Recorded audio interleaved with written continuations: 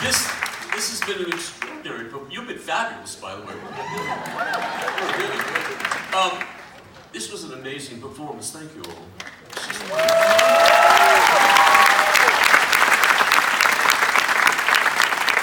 So, some of you may not know this is the closing night of our show on Broadway. Well, some of you may not. You may have just shown up for a good time on a Sunday afternoon. And boy, did you get it. So Mike and I'm Paul Blake. I'm Mike Bosner. And people, when we came to New York, they called us, Paul and Mike, or they said, the old guy and the young guy. And so, for full disclosure, I'm the old guy. And we have a couple of people to thank. We'll start at the very beginning, because it's a very good place to start. One day, 8 years ago, the phone rang, and it was a man saying, I am the president of EMI Music, and I have a show in mind. I want you to come down and talk to me about producing it for me. And I went down and met the president, a man named Roger Faxon, who said, he said, I've got an idea, there's a show here with these songs, and I want you to put it together. And I said, that sounds good, maybe. And I went, he gave me the numbers of all the songwriters, the 4 songwriters, and I called them up and went back to him about 2 weeks later, and I said, all right, I spoke to everybody. One of them wants them to do a retrospective of his career. One of them wants a show that'll be a documentary of the period. One of them wants to do a script she's already written.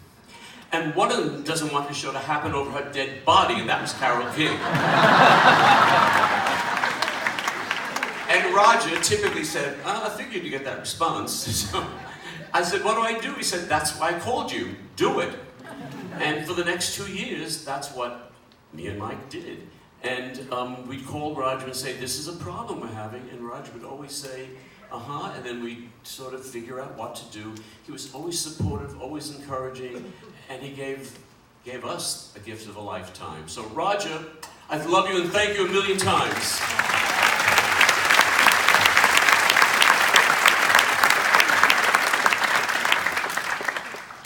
One more, the woman behind the man, or in this case, the woman behind 2 men, our general manager, Charlotte Wilcox.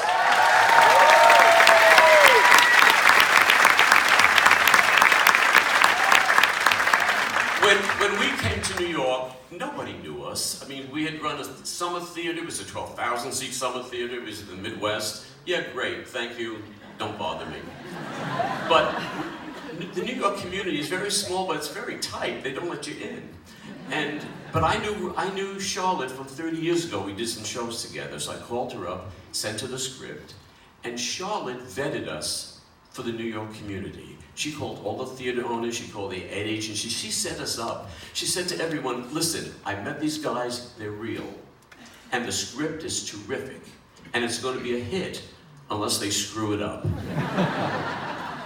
And Charlotte, darling, thank you. We've been with us for six whole years. We've been going on forever. God bless you.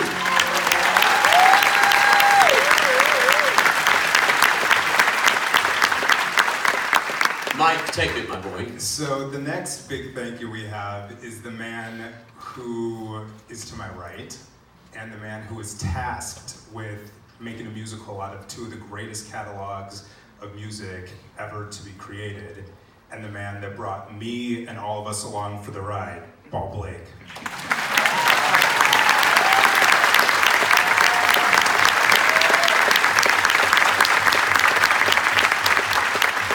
That wasn't in the script. I knew that was going to happen. Thank you. All right, we have a lot of thank yous to get to. The first one I want to do, beyond what we've already done, is some of the more behind-the-scenes people who are literally the backbone of this thing. They are the engine that let this thing run day in, day out. They're the people you don't know exist, but that's what makes it so great. It is everyone here at the Sondheim Theater. I want you guys to come out, if you will. It's our crew, our dressers, our stage managers, our band, the box office guys, Judah Bushley, all of you guys, come on! Thank you, thank you, thank you.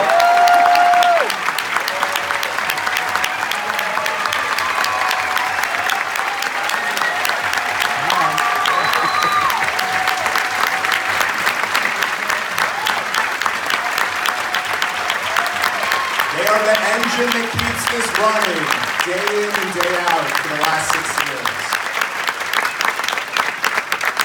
There is a business counterpart to all of that as well that I want to thank, and that's who sells our show on a daily basis. They market us, they sell us. It's Sereno Coins, Situation Interactive, Rick Miramontes, O&M, all of our people that keep us here day in, day out. Thank you.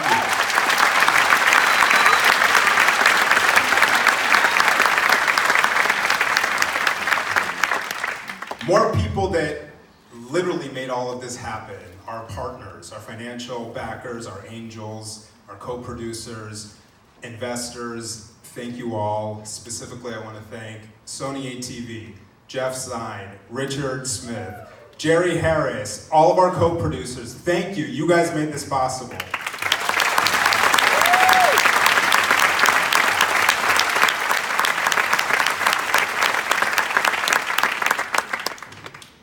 Two wonderful women helped this when we were putting this together. They're listed as executive producers.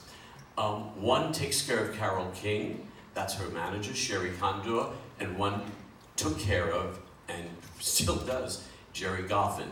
That's Christine Russell. These women were amazing because, you know, the musical talents, as I said, they all had different shows in mind. They wanted something. They didn't know what they wanted, but they thought they did, you know?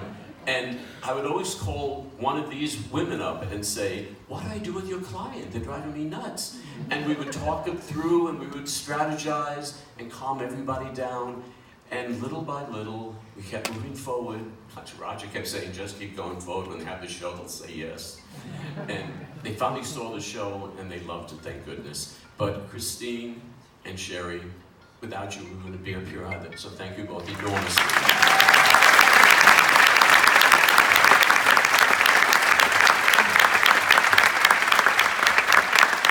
So those are the people that made all the show happen. Now we got to talk about all the people who brought it to life.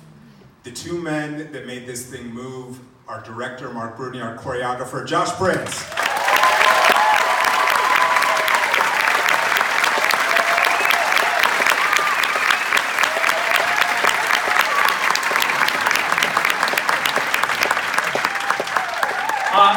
What an afternoon. This was incredible, 6 years. I hope you'll be patient with me. You only outrun Annie once and have a closing. So let's just, I have a few people to thank, starting with our incredible producers, Mike and Paul, who have been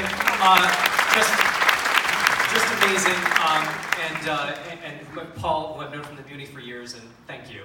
Thank you for this incredible opportunity. Thank you to our brilliant writer, Doug McGrath, who has written an extraordinary book. The book of a musical is so rarely gotten right, and Doug did it on this one, and had warmth and humor, and it was a great joy to work on. Our alums here tonight, the original Barry Man, Jared Spector. Coming on the lead, Jared Spector.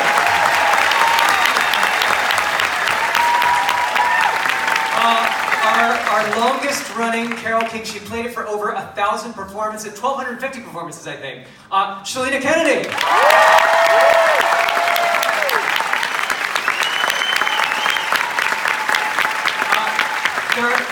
There's so many wonderful alums that are up here.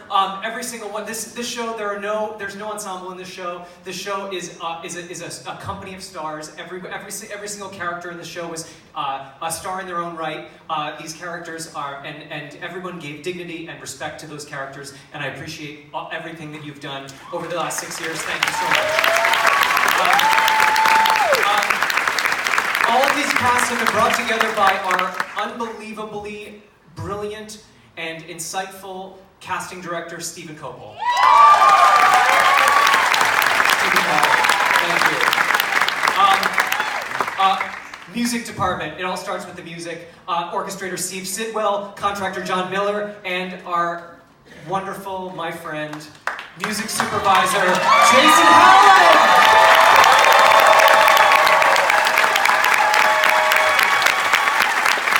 And the best band on Broadway.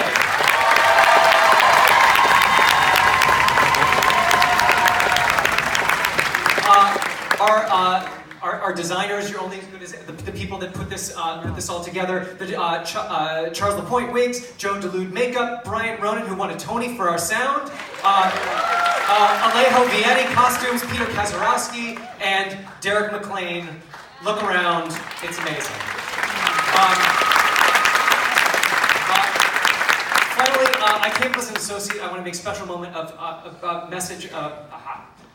This is harder than you think. Good. My partner in all this, Josh Prince, who has brought these wonderful numbers to life and so much more. But I want to say that I came up as an associate and want to make special mention of Josh's associates, Joyce Chittick and Ali Solomon, dance captain Sarah Shepard, as well.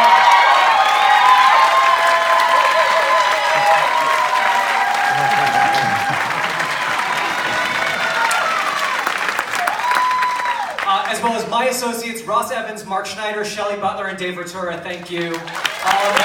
You made this happen. You made this 8 shows a week. Above all, thank you to all of you for coming to see the show over and over. We may not be here anymore, but I hope you can all show the world all the love in your hearts on a daily basis. Thank you.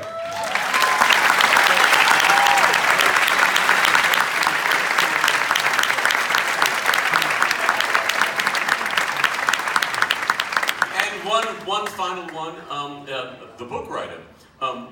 Andrew Lloyd Webber said, you said, so Lord Webber, he loves that, Lord Webber, what are the secrets of a hit musical, of a good musical, other than the music, of course? And he said there are 3 important ingredients. If you don't have them, you don't have the show. 1, it's the book. 2, it's the book. And 3, it's the book, you know? And our book writer, wonderful Doug McGrath, I mean, without Doug's book, we'd be a bunch of people with a great bunch of songs and some inane things to say to each other. But he made this wonderful show for us. And so here he is, the creator of this, the genius, Doug McGrath.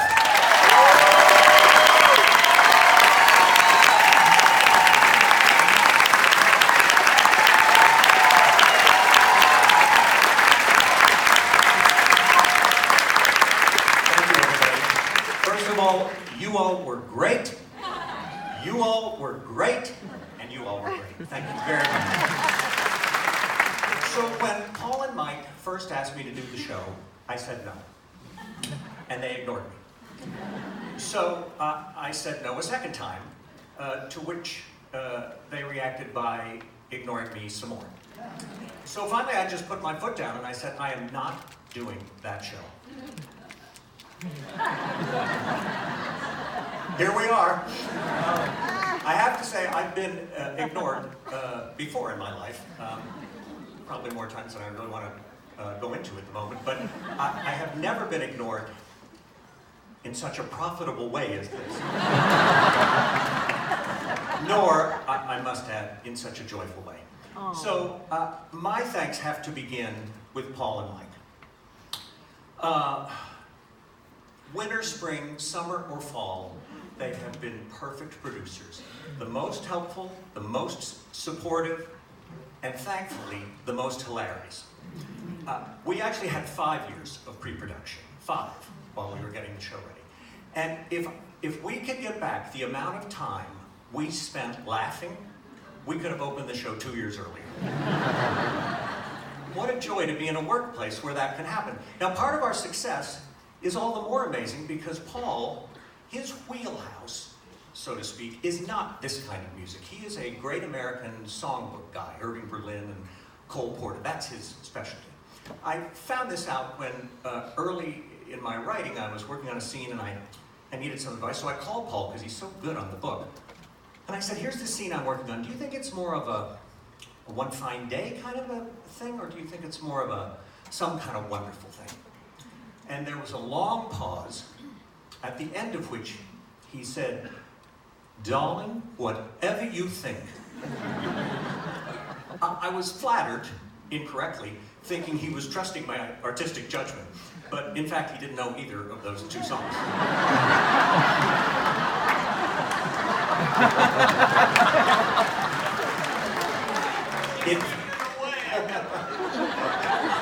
In fact, at the first rehearsal of our first read-through, he and I were sitting in a couple of folding chairs as the cast was around the piano singing through the score.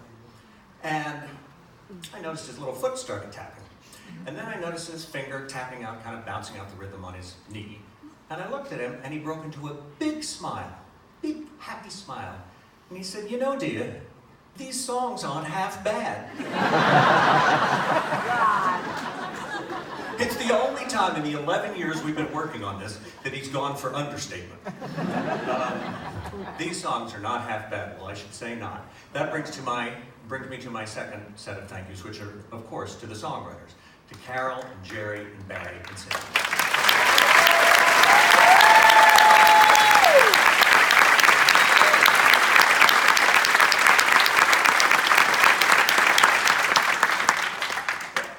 You think that their main contribution, of course, is this beautiful catalog of songs. But they gave me so much more than that. Before I started writing, I sat with each of them and interviewed them for hours and days, asking them everything about their lives. I didn't want to rely on books or articles. I wanted to get it from them. And everything that is in my book came from those sessions. Not actual dialogue, but their tones of voices, their senses of humor, their hearts, their anxieties, their fears, their hypochondria, everything came out of those sessions. So I cannot just thank them for their incredible score. I have to thank them for merely everything. So you have a score and you have a book, but that's not a musical. It's not a musical unless you get the right director. And one of the other things I have to thank Paul and Mike for is that they brought us the right director in Mark Bruni.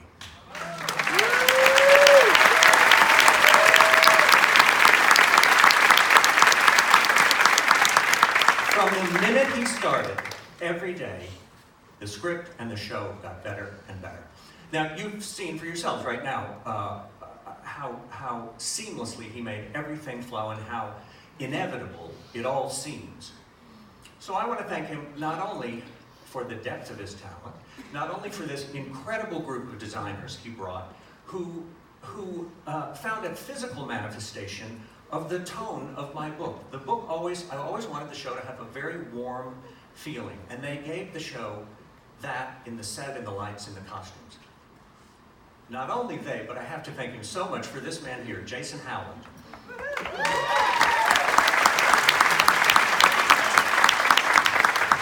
Who, in addition to being absolutely perfect at what he was hired to do, does so much more. In fact, it always pays to hire smart people.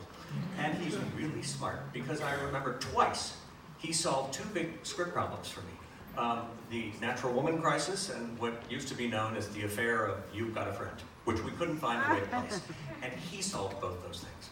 But not only do I thank Bruni for all these great people he brought us, but I want to personally thank him for the patience he showed me during the process. This was my first Broadway musical. I had never written a musical for Broadway before.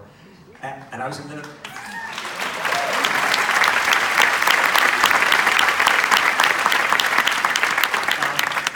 sorry. But I... no, I'll wait. But I'd been in the film business. And I cannot tell you how many opportunities Mark had to answer one of my questions along these lines, like, "No, stupid, that's not how that's done," and he never chose that. So I want to thank him for his patience and to say that he is as kind as he is talented.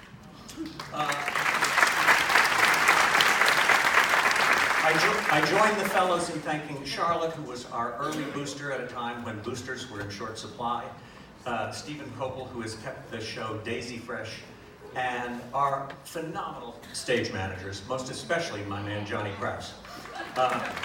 Johnny was in the trenches with me during rehearsals and previews with all the rewrites, and a more able and genial helper I couldn't ask for. So we have work and we have family. I have been lucky in work, but I have been blessed in family. I believe my job at work is to put on a cheerful and optimistic face when I'm at work to try and behave as though whatever the problems are, we'll get through them, and if we don't solve them today, we'll solve them tomorrow. That attitude usually dries up when I get home and have the key. I'm just getting the key out of it a lot. And it's replaced with a kind of vomiting amount of panic and self-doubt, a long time on the computer researching trade schools, different things that And there are two people every night in that apartment, Jane and Henry, who rebuild and restore me. So to quote a great song, I can't pay them back enough, but I can only offer all the love in my heart. And I want to say a special thanks to Jane, because during that period, when I was turning Paul and Mike down, in her very polite, gracious, waspy way, she was saying, "What are you, a mental patient? Take that show." And I am blessed beyond Jane and Henry in having a beloved sister and brother and their families, my beloved sisters-in-law and father-in-law, and my dear and cherished cousins. The only blue note in this from our family's point of view is that my parents weren't alive to be here for this, for the beginning or the end. The good news is the McGraths believe in heaven, and we believe we will all be reunited. So, eventually I'll get there and I'll tell them all these stories, and if heaven's what it's cracked up to be, there'll be YouTube, and I can show them clips.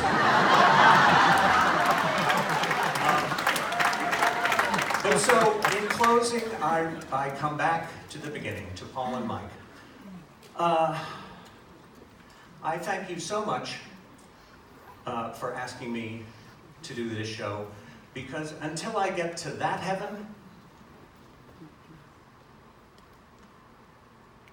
I have the thought, don't worry.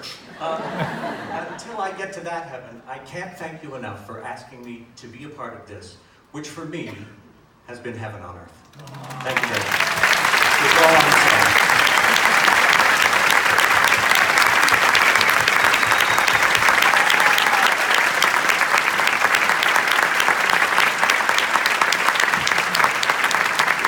A couple more quick things. The Jane story, he really said no over and over again. One night, I had Doug and Jane to dinner, and Mark and and I said to Jane, "It's a pity Doug's not going to do the Carole King musical."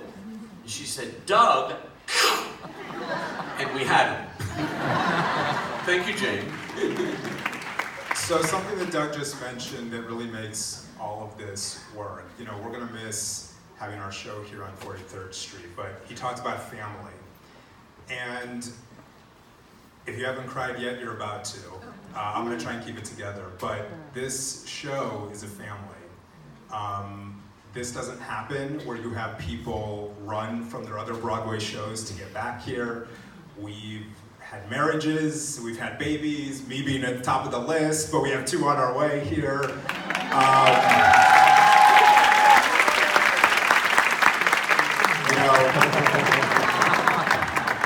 It's a really special thing, and when we were just backstage before we all came out here, everyone from present and past was dancing and doing their Sunday traditions, and I think that's what we're going to miss most, is having each other, and we want that to continue because that's how this show started.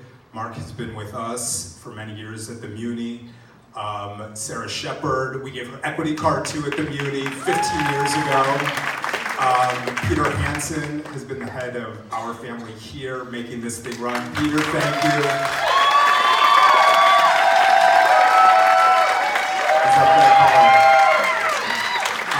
So I just want to say that. And Paul, you want to take us out?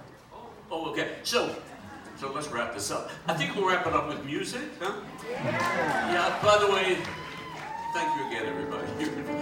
Jason, let's sing the end of You Got a Friend. You just call out my name? Okay, so. You just